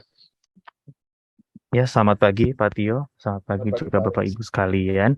Terima kasih Pak atas presentasinya. Ingin menanyakan Pak, tadi juga mengkonfirmasi tadi beberapa pertanyaan juga dari Pak Nafi dan Mbak Rizka dan juga teman-teman lain mengenai perubahan kantor menjadi hotel ya Pak. Tadi kan sempat dicontohkan juga di salah satu slide-nya Pak Tio. Nah, ingin menanyakan Pak, tadi kan seperti yang Pak Tio infokan ke kami bahwa untuk mengubah kantor itu kan pasti kan ada beberapa part yang ditambahkan ya Pak ya. Kalau untuk kantor kan karena dia bersifat modular, jadi kan kalau untuk hotel kan biasanya bersifat permanen ya Pak, untuk tembok atau pembuatan koridor dan juga plumbing ya Pak ya untuk kamar-kamar hotel. Dan tadi seperti dikatakan Pak Tio juga kan perlu ada ini apa ya, kenaikan lantai apa ya, elevasi lantai. Nah, izin Pak, jadi kalau untuk seperti ini kan seperti yang tadi dibilang juga perlu ada pemeriksaan ya Pak ya secara struktur, mengingat juga bangunannya ada yang berusia juga memang tidak muda lagi. Apakah menurut pengalaman Pak Tio, Pak, kalau seperti hal yang kasus seperti ini dengan spesifikasi penambahan tembok dan juga penaikan elevasi, ini perlu kita lakukan pemeriksaan, Pak? Apa sudah cukup aman, Pak, kalau untuk gedung-gedung di Jakarta, Pak, tipikal high-rise building menengah sampai ke atas? Paling seperti itu, Pak. Izin untuk pertanyaannya. Terima kasih. Ya, keamanan struktur memang jadi satu isu ya. Jadi struktur bangunan itu sendiri, lantainya gitu, untuk berubah fungsi, memang kalau dibilang permanen sebenarnya kalau hotel tadi kasusnya hotel tuh bisa macam-macam caranya, bisa horizontal gitu, horizontal tapi dia pasti naikin lantainya makin tinggi. Jadi kalau misalnya floor to floor-nya tinggi dia bisa horizontal, tapi kalau misalnya floor to floor-nya terlalu rendah, dia terpaksa dia harus banyak coring vertikal gitu ya. Nah, menilai atau mereview kekuatan struktur karena Jakarta di daerah gempa ini agak rawan gitu ya. Jadi dan udah terjadi beberapa kali gempa, bangunan itu masih berdiri, tapi kemungkinan ada kekuatan strukturnya juga berkurang selain karena usia juga gitu ya. Tapi faktor keamanan lain selain struktur yang tadi saya sampaikan gitu, ini mungkin agak melenceng dari pertanyaan tentang keamanan terhadap evakuasi bahaya kebakaran. Banyak gedung-gedung yang terutama gedung pemerintah yang saya lihat ya, baik Pemprov maupun pemerintah pusat, satu fasilitasnya tidak memadai, tangga kebakarannya tidak sesuai dengan ini ya, karena memang gedung lama. Kemudian juga pemakaiannya, jadi ada yang tangga kebakaran karena ada ruang besar, padahal itu ruang untuk ini dia dipakai sebagai gudang gitu. Padahal jadi orang mau menyelamatkan diri malah kalau buka pintu exit malah ada file-file, kertas-kertas, meja bekas gitu ya. Ini terjadi di gedungnya Pemprov DKI yang saya lihat di gedung lamanya ya. Kembali ke struktur. Sebenarnya kalau selama gedung itu berdiri, prinsipnya dia masih masih bisa dihuni lah. Nah, sekarang kalau dia mau di retrofit, sebenarnya secara berkala, kalau di Jakarta ada maksudnya ada aturan tentang sertifikat layak fungsi SLF. Saya lupa di UCK jadi apa ya. Tapi intinya adalah selain memeriksa sistem kebakaran, utilitas gedung, dia juga memeriksa integritas struktur gitu ya. Jadi memang yang paling rumit itu bangunan tinggi, mau dirobohkan juga susah, mahal gitu ya. Tapi nggak dirobohkan fungsinya nggak sesuai biasanya gitu ya. Yang kedua kekuatan strukturnya juga harus diuji lagi gitu loh. Itu yang menurut saya setiap retrofitting itu yang perlu yang yang mungkin yang bangunan yang lama sekali seperti Gedung Maramis atau kantor ESDM yang di Merdeka Selatan atau Balai Kota DKI itu biasanya cenderung aman, tapi gedung-gedung yang baru gitu ya, yang barunya itu tahun 70-an 80-an itu yang mungkin menurut saya faktor resikonya untuk kegagalan struktur lebih besar, apalagi waktu itu mulai bangunan tinggi gitu. Selain struktur juga barang-barang ME-nya gitu yang seperti sistem AC-nya, lift terutama gitu kan, lift salah satu yang harus segera diretrofit gitu selain struktur bangunan, mungkin kedua setelah struktur bangunan. Kami juga sempat ikut dalam saya ikut retrofit untuk energi efisiensi di bangunan Telkom. Gedungnya nggak lama, baru maksudnya nggak setua Cagar Budaya gitu ya, 20-an tahun gitu. Tapi untuk efisiensikan gedungnya, dia ganti chiller keseluruhan gedung gitu, dan dalam keadaan gedung masih beroperasi. Jadi macam-macam sebenarnya retrofitting ini. Dipakai ruangnya tetap kantor, jadi nggak ada intervensi arsitektur sama sekali, hanya benar-benar memperbaiki ME-nya, mengaudit sebenarnya. Di SDM kan mereka punya, waktu itu ada bantuan untuk IGA, Investment Grade Audit, yang waktu itu saya sempat lakukan juga di beberapa bangunan-bangunan di seluruh Indonesia gitu ya. Jadi ada yang rumah sakit, ada yang kantor. Mereka juga selain struktur, sistem MEP-nya juga kita harus lihat. Mudah-mudahan menjawab pertanyaan Pak Rey. Siapa? Terima kasih. Berarti nanti kalau saya boleh konfirmasi Pak, izin kalau misalnya untuk bangunan-bangunan yang mungkin tahun pembangunannya agak baru ya Pak ya, maksudnya tahun 2000-an ya Pak ya. Berarti itu secara integritas struktur mungkin jauh lebih aman ya Pak. Jadi pemeriksaan mungkin tidak terlalu menyuruh, apalagi kalau cuma penambahan seperti yang tadi ya Pak ya. Kalau untuk hotel kan mungkin tidak terlalu banyak ya Pak ya. Dan untuk mechanical plumbing juga sebenarnya kan antara kantor dan hotel kan nggak jauh berbeda, hanya beberapa unit plumbing aja Pak yang agak lebih complicated. Ini seperti itu ya Pak, kalau boleh konfirmasi. Kalau hotel tentu kalau kantor kan toiletnya terpusat gitu ya, di dekat lift, biasanya dekat core. Kalau hotel kan tersebar gitu. Bedanya itu sih, apalagi kalau usulan tadi di presentasi saya mengusulkan untuk hunian gitu ya. Kalau hunian beban sih sebenarnya sama, beban struktur untuk kantor maupun hunian kira-kira sama gitu. Nanti mungkin bisa diverifikasi ke ahli struktur. Tapi beban equipment-nya ini yang equipment-nya ini harus kita lihat lagi. Apalagi kalau ada pelubangan coring, istilah bahasa Inggrisnya, coring di beberapa tempat tentu akan ya kadang-kadang lubang itu kan nabrak tulangan-tulangan dan lain-lain, itu yang harus hati-hati harus mestinya, karena yang kita sampaikan tadi, kalau misalnya di kantor WC-nya terpusat, udah safnya udah jelas gitu dari atas sampai ke bawah, misalnya 12 lantai gitu, tapi kemudian dijadikan hotel, lubang-lubangnya makin banyak gitu, terus WC yang ada sekarang mungkin malah berubah jadi di situ ininya pipa-pipanya ditarik. Saya cuma menduga aja ya, bisa ditarik ke situ terus kemudian jadi jalur pipa tegaknya gitu, kira-kira gitu.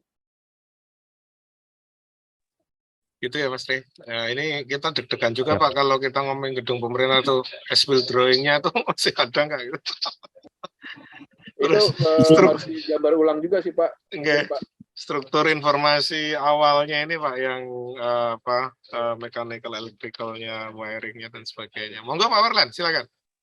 Izin, mohon maaf sambil nunggu ini check up. Terkait dengan tadi ya, di bangunan-bangunan pemerintah ini kan juga terkadang kita temui bangunan-bangunan lama yang tadi didiskusikan, harus banyak analisa yang harus dilakukan, apakah bangunan ini akan diteruskan, direnovasi, atau bahkan mungkin dirobohkan begitu ya. Nah, pertanyaan saya ini Pak, kalau alternatif yang kita pilih adalah merobohkan bangunan, ini ada pengalaman nggak? Kira-kira berapa sih kos yang harus dikeluarkan untuk merobohkan sebuah bangunan gedung begitu ya? Itu yang pertama. Yang kedua, dari sisi investor nih, menurut pengalaman Bapak nih, dari sisi seorang yang mungkin akan melakukan investasi, apakah dia sewa atau mau membeli sebuah tanah berikut bangunan gedung kantor, dengan kondisi-kondisi bangunan kantor yang saat ini ada di Jakarta, kemudian dibandingkan dia harus investasi baru dengan membangun sebuah gedung baru, ini kira-kira para investor lebih memilih yang mana begitu ya? Dengan pertimbangan tadi ya, gedung-gedung lama dengan berbagai kondisi seperti itu, dan tentunya mungkin akan lebih murah, tapi dibandingkan dengan kos yang harus dikeluarkan untuk membangun gedung baru, tetapi ya dengan tadi ya umur yang sudah pasti, kondisi bangunan jauh lebih baik dan sebagainya. Nah, ini menurut pandangan Bapak akan memilih yang mana? Mungkin itu ada dua pertanyaan saya. Terima kasih. Itu Barlan, itu kasuistik sih Pak. Contohnya ini pertanyaan yang kedua dulu ya Pak ya. Masalah menghancurkan Wisma Kosgoro. Saya nggak, terus terang saya nggak punya pengalaman dari sisi biaya gitu. Tapi kalau di bangunan yang punya apa namanya masih punya nilai, ini pertanyaan pertama dulu deh. Apa namanya, misalnya aluminiumnya itu biasanya bisa di dalam tanda kutip dijual, malah dia ada perusahaan yang beli ke kita. Yang nggak bisa yang harus ada biaya adalah, dan ada faktor keselamatan adalah beton sebenarnya. Kalau besi pasti ada yang mau ngambil, besi tulangan apa segala macam tuh. Nah, nanti mereka akan ini sendiri kalau pengalaman di ini ya, di dunia konstruksi ya. Nah, kalau udah bangunan ini, kalau bangunan misalnya masih 4 lantai, mungkin 12 lantai. Kemarin yang sempat didemolish itu di proyek kami itu Wisma Kosgoro, yang sampai sekarang juga investornya belum ini, tapi dikhususkan didemolish karena satu, lahannya sempit, kemudian kebakaran ya, karena bencana kebakaran, dan dia bukan bangunan cagar budaya. Kita ngomong sekarang pilihan ini bukan bangunan cagar budaya. Kalau bangunan cagar budaya nggak ada pilihan, dia harus dipertahankan gitu. Biasa, itu menurut, karena sesuai undang-undang. Tapi kalau misalnya bangunan yang saya contohkan Wisma Kosgoro, kemudian ada Wisma BCA yang di Sudirman, itu kacanya aluminiumnya itu masih punya nilai. Nilainya berapa, saya nggak ahli di situ, mungkin Bapak Ibu lebih ahli dari tim penilai ya. Nah, kalau disuruh milih, tentu di Jakarta itu masih lebih mahal tanahnya daripada bangunannya. Jadi kalau disuruh milih, tentu developer ya. Kalau saya bukan mindset saya developer, dan ini yang tadi saya sebut, kalau dia bisa memanfaatkan bangunan yang ada, dia lebih sustainable sebenarnya, lebih dari sisi circularity-nya dia bisa reuse, recycle gitu kan ya. Nah, kalau disuruh milih, biasanya developer memilih untuk menghancurkan. Contohnya Wisma Nusantara gitu ya. Mereka Wisma Nusantara itu sedang diusahakan untuk jadi cagar budaya, karena Wisma Nusantara yang Hotel Pullman sekarang punya swasta. Dia bangunan eksperimen Jepang menggunakan baja di daerah gempa sebelum dia bangun sendiri di Jepang waktu itu. Jadi punya nilai sejarah, tapi bangunan Nusantara kalau nggak salah tahun 60-an 70-an gitu ya, yang bisa diklasifikasikan cagar budaya tapi belum terdaftar, pemilik tanahnya itu mau menghancurkan gitu ya. Banyak kalangan arsitek, pengamat cagar budaya itu ini ya, mau dihancurkan karena dia mau bikin bangunan lebih tinggi lagi, sebenarnya itu aja. Nah, karena punya nilai sejarah sebenarnya, karena itu bangunan baja pertama di Indonesia yang sebenarnya eksperimen orang Jepang, bangun dan sempat jadi bangunan tertinggi agak lama ya di Jakarta, di Indonesia. Itu kan 28 lantai kalau nggak salah, terus ada restoran kayangan di atasnya. Tapi ya itu, kalau pertanyaannya kalau developer pasti disuruh milih ya pasti ini ya. Nah kemarin saya sempat pasti mereka hampir pasti mereka pengen bangun yang baru gitu ya. Tapi kembali ke konsep sustainability, green building, kalau masih ada ruang, kawasannya masih besar gitu, kayak argumennya Wisma Nusantara, kan ruangnya masih gede, kamu masih bisa bikin bangunan baru gitu. Tapi kalau kayak kasusnya Wisma Kosgoro, apalagi udah terkompromi kekuatan strukturnya, tentu udah nggak mungkin lagi untuk bahaya gitu ya, bahaya untuk pakai struktur yang lama gitu. Yang di Wisma BCA juga dia bukan bangunan cagar budaya, tanahnya udah milik dia di IFC di Sudirman, saya lupa kapling berapa, namanya International Financial Center sekarang yang udah ada bangunannya tinggi.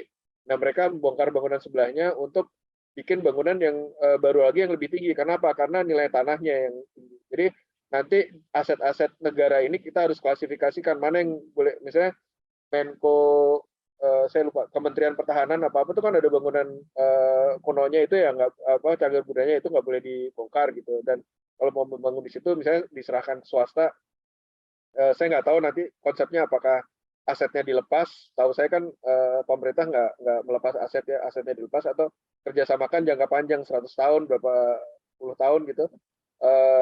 Apa namanya dia bisa membangun di ruang-ruang yang ada gitu. Kecuali kalau emang ruangnya udah sempit, misalnya contohnya mana ya yang kantor BUMN misalnya. Nah itu kan masih ada beberapa ruang gitu, dan ada aset yang baru dibangun juga gitu, ada bagian yang kecil yang bersejarah di belakang cagar budaya.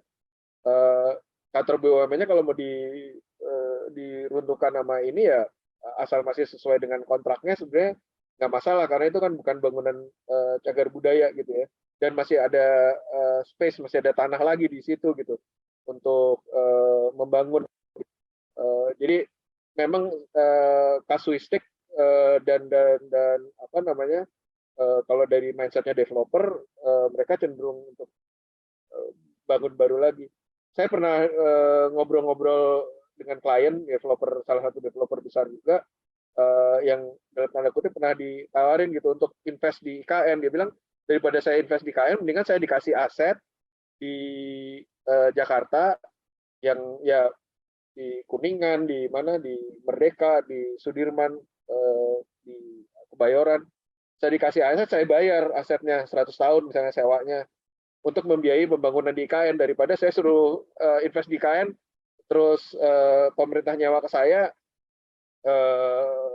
juga apa namanya ya secara hitungan ininya dia ya apa investasi dia nggak masuk gitu. Jadi mungkin ada bagusnya juga kita undang developer gitu untuk bicara gitu ya, yang memang dia punya market, punya ini ya, punya visi sendiri gitu ini ekonomi. Mudah-mudahan membantu jawaban, menjawab Pak Warman. Terima kasih. Ya cukup, terima kasih. Siap, semoga hasil medical check-up-nya bagus ini. Baik, Pak Tio, ini udah 9.46 Pak Tio. Pak Tio, boleh nggak satu pertanyaan lagi, Pak? Satu aja. Boleh. Oke, satu mungkin ya sebelum jam 10. Monggo, teman-teman, satu pertanyaan lagi.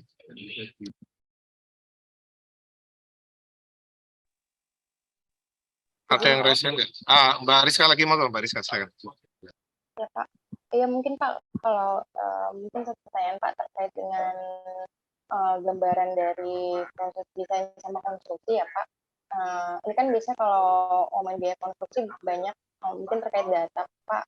Biasanya kan kami ada merujuk ke berbagai publikasi ya Pak untuk di DKI ini per meter persegi untuk dari high rise, hotel dan lain sebagainya Pak. Nah kalau pengalaman Pak Tio sendiri Pak selama ini, tapi kan itu publikasinya dari sisi kalau kita bangun baru ya Pak. Nah sebetulnya kalau kita nanti tadi ada pilihannya kita demolish, bangun baru, kemudian ada yang retrofit, sebetulnya kisaran biayanya apakah bangun baru dengan retrofit ini kurang lebih sama Pak, atau misalnya ternyata kalau kita meretrofit ini biasanya dia lebih mahal karena proses konstruksinya dengan metode tertentu di mana kita harus tetap jaga integritas bangunan yang lama Pak. Mungkin dari Pak Tio ada insight-nya Pak. Terima kasih Pak. Baik, retrofit lebih mahal biasanya untuk namanya biaya kajiannya, studinya lebih mahal. Tapi biaya pembangunannya bisa lebih murah gitu ya. Kalau dia tidak harus ya tidak harus kajiannya tepat gitu dan desainnya sesuai, dia retrofit tentu lebih murah daripada bangun baru. Kira-kira itu sih. Kalau interior retrofitting aja nggak akan sampai tadi yang biaya konstruksi 10 juta per meter persegi dari artikel Kompas tahun 2021 yang memang sekitar segitu, itu tuh baru gedung kosong gitu. Begitu dia isi dengan furniture dan lain-lain, dia akan nambah antar sekitar dan lampu 10 juta per meter persegi itu kira-kira udah ada lift, udah ada tangga kebakaran, udah ada AC, fasad udah selesai gitu.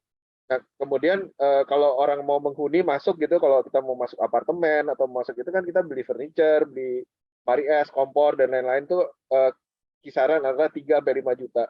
Nah, kalau misalnya per meter persegi lah, tergantung kualitasnya ya. Paling minimum itu 1,5 juta per meter persegi sampai 5 juta lah. Nah, kalau hancurin bangun baru, artinya kan ada bangun 10 juta plus nanti ngisinya gitu ya. Tapi kalau retrofitting kan tinggal ya itu 3 sampai 5 juta lah, nggak mungkin yang 1 juta ya. Yang 3 sampai 5 juta ini untuk bikin karpet baru, ganti keramik dan lain-lain. Itu kira-kira. Saya baru ini mungkin nggak sebanding sama gedung ya, tapi saya baru retrofit rumah lama yang pondasinya saya nggak apa-apain, itu lebih murah sekitar rumah-rumah satu lantai itu lebih murah sekitar 40-an% sih daripada saya itu tetap saya bongkar dinding-dinding, ruangan saya ubah gitu ya, itu tetap lebih murah daripada bangun baru sama sekali gitu ya. Jadi sekitar 40-50% lebih murah lah, kira-kira gitu. Ya, makasih Pak. Ya, sama-sama. Baik, makasih Pak Tio. Ini masih bahasanya diskusian pengennya nih Pak Tio, tapi udah 9.50 nih karena Pak Tio mau ke airport dan juga jadinya waktunya mepet kita ya. Jadi mungkin nanti next time kita bisa ngobrol lagi ya Pak Tio. Semoga nggak bosan nih Pak Tio kita ajak ngobrol. Tadi kan masih ada beberapa informasi ya terkait dengan opsi-opsi pengembangan heritage, kemudian beberapa contoh-contoh di luar ya kan, kemudian isu-isu apa lagi terkait dengan pengembangan atau opsi. Jadi kan kami harus melakukan ini Pak, exercising seluruh opsi ya, nggak seluruh sih sebenarnya sebanyak mungkin opsi kan gitu nggih.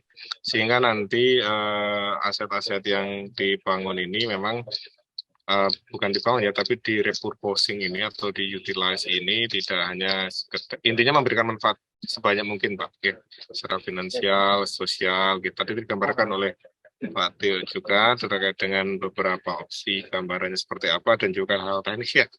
Dan kalau kita bicara kan nanti kalau kita bicara pendekatan mikronya itu kan nanti bicara konteks ya Pak Tio, ya. Nah, ini konteks tadi ya kita bicara luas kalau Kosgoro ya nggak ada opsi ya berarti harus didemolis ini. Jadi memang bicaranya selain makro analisisnya kita harus bicara konteks propertinya ya, gedungnya nanti seperti apa pendekatannya. Boleh jadi masing-masing tidak sama persis ya Pak, tapi secara umum mungkin tadi bahwa mungkin adaptasi atau retrofitting nanti lebih murah secara umum. Studi juga bilang begitu, rata-rata lebih murah. Berapa murahnya bicara 25, 30, mungkin ada yang 40, masing-masing nanti tergantung pendekatan berapa level retrofitting yang buat ya, termasuk di mana dia di retrofit atau daerah mana ya. Jadi kita bicara teknologi apa yang diinstal di situ atau non teknologi dan seperti itu. Nanti macam-macam tergantung dengan opsi yang kita mau pilih, kira-kira gitu ya Pak Pion ya. Ya betul. Dan juga kita bicara tadi tren ke depan ya, tren ke depan saya mungkin ulangi lagi, memang kalau kita lihat pasar, Pak, memang sekarang apalagi generasi sekarang memang ruang nongkrong itu jadi penting, Pak, karena ternyata riset terakhir Knight Frank juga ngomongnya gitu, Pak. Jadi market itu demand profile-nya pengennya yang food and beverage, Pak. Itu nyaris 60%, 50% lebih itu untuk food and beverage market. Jadi kalau ada gedung tuh ekspektasinya di sana ada tempat nongkrong, makan, minum, kongko gitu ya. Jadi apapun judulnya, entah rumah, residensial maupun office. Baik, mungkin itu terakhir Pak Tio, monggo disampaikan apa yang disampaikan, kemudian nanti biar kita close sebelum kita close maksud kami. Monggo Pak Tio. Ya, saya terima kasih sekali dan bersedialah untuk membantu DJKN dalam konteks ini, dan kami sudah bekerja sama. Kalau mungkin langsung konsultan kan susah Pak, nanti saya coba bicara, kalau kan Bapak harus tender segala macam, kita bisa pakai Jakarta Property Institute, itu nirlaba juga, dan anggotanya developer tentu akan menyambut dengan senang, atau dengan Green Building Council juga terbuka, silahkan. Dengan IAI juga bisa, nanti saya bisa bicara juga untuk kedepannya supaya perencanaan pengelolaan aset ini lebih bermanfaat lah buat semuanya gitu, terutama buat pemerintah dalam konteksnya membangun salah satunya membangun fundraising untuk membangun IKN. Karena saya juga sempat terlibat ya di perencanaan IKN yang tahap awal yang dengan Bappenas, sekarang sudah enggak lagi. Sekarang udah banyak di PUPR anggarannya, anggaran yang dihitung oleh Kemenq yang kalau mau visinya seperti visinya yang disampaikan Bappenas dan disampaikan Pak Presiden bisa 5 kali lipat Pak. Tapi ya nggak tahu sih Bu Menkyu udah tahu belum. Dan udah kami sampaikan ke Bappenas sih sebenarnya.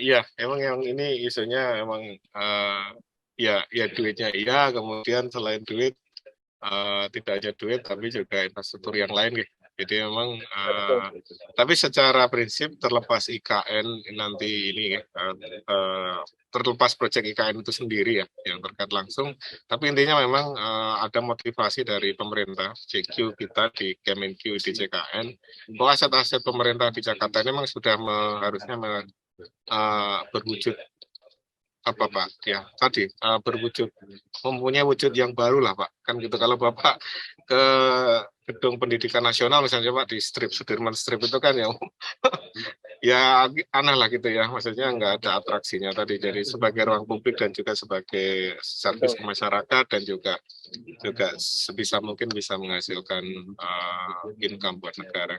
Jadi memang kita juga arahnya ke sana Pak. Jadi semoga nanti bisa di titik tertentu bisa sinergi ya Pak Tio. Ya.